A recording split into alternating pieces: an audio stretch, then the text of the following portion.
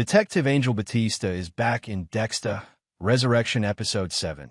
And honestly, his obsession with taking Dexter down as the Bay Harbor Butcher makes absolutely no sense when you stop to think about it.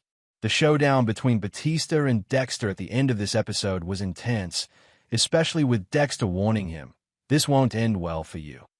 But the bigger question here is, why exactly is Batista chasing Dexter with this much fury? And does his reasoning actually hold up? Here's the problem. Batista is laser-focused on pinning Dexter for the deaths of James Dokes, Maria LaGuerta, and Deborah Morgan. But if you've been following Dexter's story since the beginning, you know that's not really how those deaths played out. Dokes, for example, was killed by Lila back in Season 2.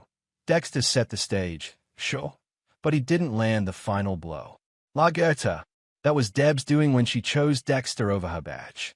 And Deb herself was technically killed by Oliver Saxon, with Dexter only ending her suffering when he took her off life support. Now, yes, Dexter had a hand in all of these tragedies, but none of these 3 deaths were directly by his hand. So why is Batista, of all people, zeroing in on them as his big crusade? It feels sloppy, especially for someone who's supposed to be this veteran cop. And let's not forget, Batista doesn't even have any authority anymore. He's retired. He doesn't carry a badge, and he definitely doesn't have the power to investigate Dexter the way he thinks he does.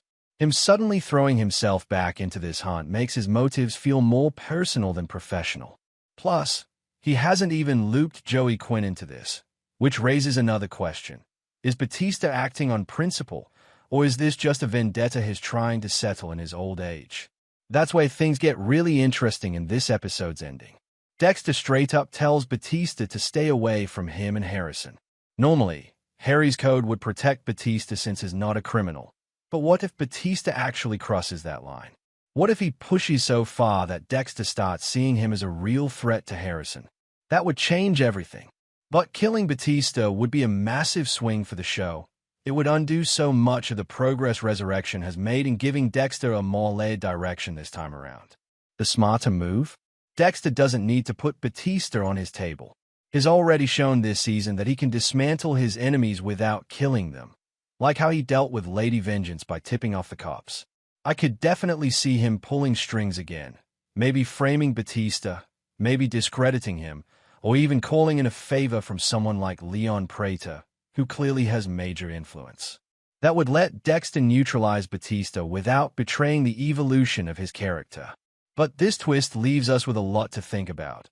Is Batista truly driven by justice, or is his hunt for Dexter just clouded by guilt and anger over everything that went down in Miami? And if Batista refuses to back down, what does Dexter's next move look like? I want to hear your take. Do you think Batista's reasons for going after Dexter make sense? Or is this storyline a stretch? Drop your thoughts in the comments, because this twist could completely shift where the show goes from here.